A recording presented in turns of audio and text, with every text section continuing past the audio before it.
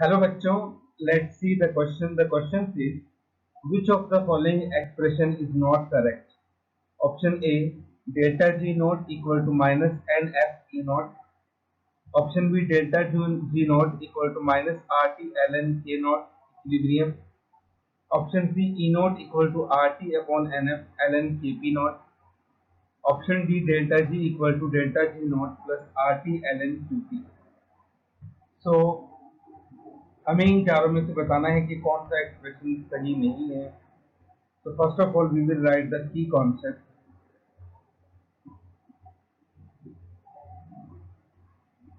First one is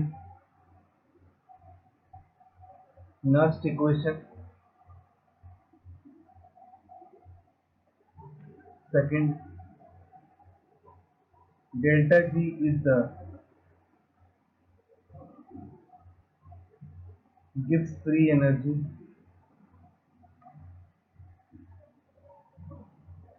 Number third,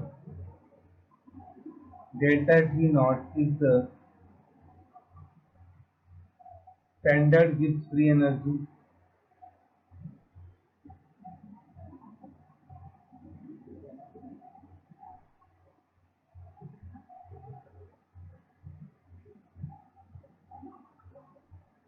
And K is equilibrium constant.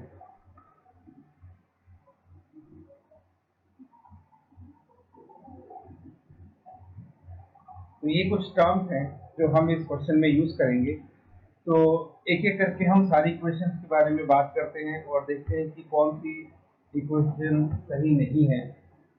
So first of all, the maximum work done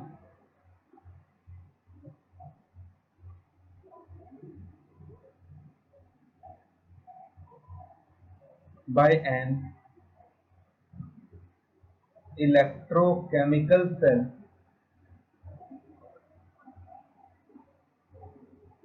is given by decrease in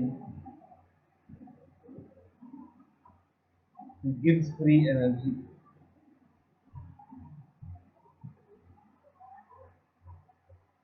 ठीक है, एक electrochemical cell में कितना work done हुआ ये इस चीज से पता चलता है कि उसकी गिब्स फ्री एनर्जी में कितना चेंज हुआ. So W is equal to minus of delta G which is equal to further N F E cell. और अगर हम स्टैंडर्ड कंडीशन पे काम कर रहे हैं तो स्टैंडर्ड कंडीशन पे हो जाएगा delta G not and E not cell. तो यहाँ से हमारे पास डेल्टा G नॉट किसके इक्वल आ जाता है, minus NF E not cell. ये आपके पास एक्सप्रेशन आता है मैक्सिमम वर्क डन के लिए. तो जो पहले ऑप्शन में आपको एक्सप्रेशन दिया है वो करेक्ट एक्सप्रेशन है, ये वैसे ही होता है. नाउ बात करें अगर हम नेक्स्ट के लिए, तो हम कुछ इस तरह से लिखेंगे, the Gibbs free energy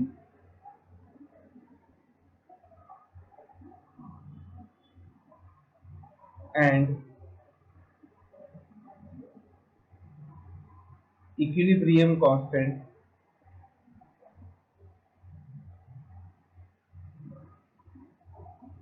are related as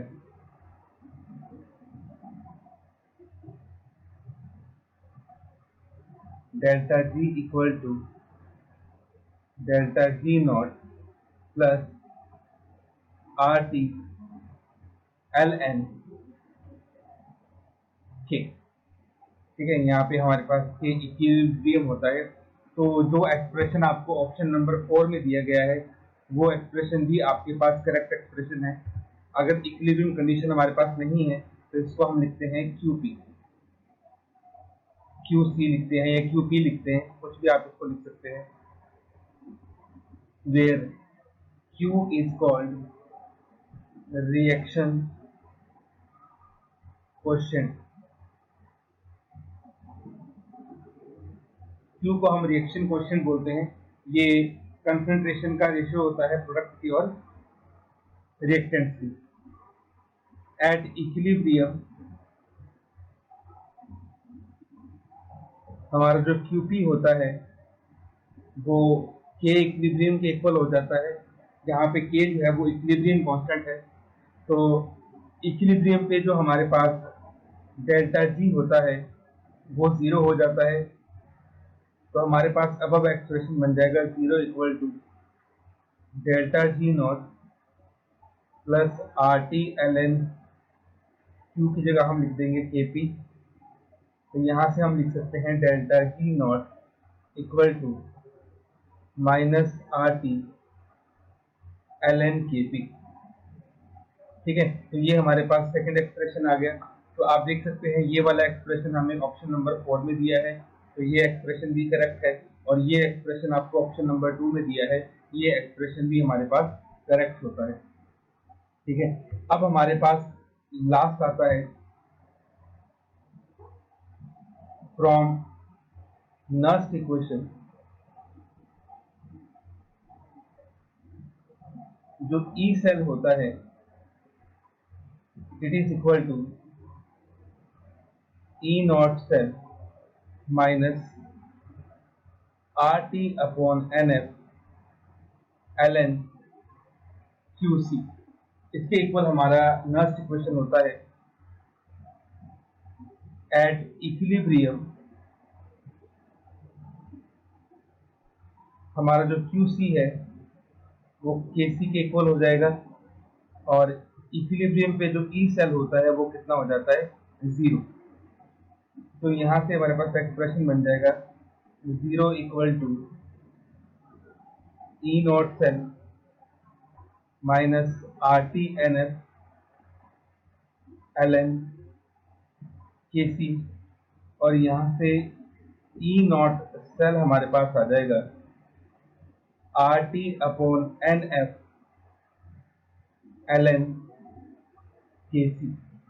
तो अगर हम अपना चारों ऑप्शंस को देखें तो देखिए फर्स्ट वाला एक्सप्रेशन हमने निकाला, मैक्सिमम वर्क डन, ये करेक्ट होता है। डेल्टा G नॉट और K का जो एक्सप्रेशन है वो भी हमारे पास करेक्ट आ रहा है। ठीक है, इसको हम K नोट लिख सकते हैं क्योंकि स्टैंडर्ड कंडीशंस है, तो इसलिए हम यहाँ पे नोट भी लगा सकते हैं। नेक्स्ट, अगर फोर्थ वाले की बात करें तो वो भी हमारे पास करेक्ट है, वो भी हमने निकाल के देखा। जो थर्ड वाला एक्सप्रेशन है वो गलत एक्सप्रेशन है, क्योंकि यहाँ पे हमारे पास KP दे रखा है, बट एक्चुअल में यहाँ पे हमारे पास क्या आता है, KC आता है। नर्स इक्वेशन जनरली सॉल्यूशंस के लिए होती है, प्रेशर के लिए नहीं होती, तो इसलिए हम यहाँ पे कभी भी KP यूज नहीं करते, हम यहाँ पे ऑलवेज KC यूज करते हैं। तो जो थर्ड वाला एक्सप्रेशन आपको दे रखा है वो गलत एक्सप्रेशन है। So our final answer is option number C, E naught equal to RT upon NF ln KP naught. Hope you understood it well. Best of luck.